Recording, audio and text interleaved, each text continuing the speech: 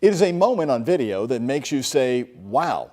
A major moment in the biggest mystery behind the sex scandal that shook the UofL basketball program. Who provided the cash to the strippers that led to the major NCAA investigation?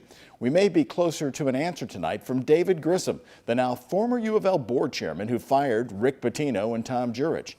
Former President Jim Ramsey is suing the university. Juliana Valencia shows us the tense back and forth moments in a recent videotaped deposition in that lawsuit. Grilled by Louisville attorney and old father David Grissom shortly after stepping down as chairman of UofL's Board of Trustees just days before, volunteers a bombshell about the school's biggest scandal and former president Jim Ramsey. What one thing did Dr. Ramsey ever prevent the Board of Trustees from finding out once they wanted to find it out? What one thing?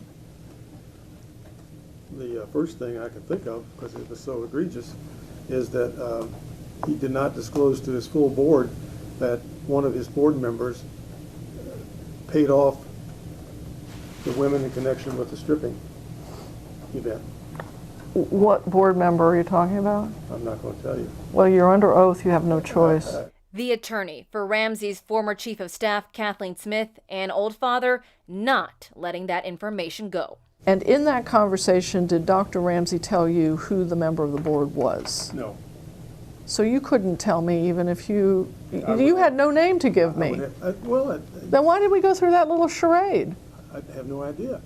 Well, you're the one that took me there. I asked you and you said you weren't going to. You said you weren't going to give me the name. The payments to the strippers happened before Grissom was appointed to the board by Governor Matt Bevin. What about your responsibility to disclose this to the board, Mr. Grissom? You didn't bother you that you had a responsibility to make this disclosure? I had no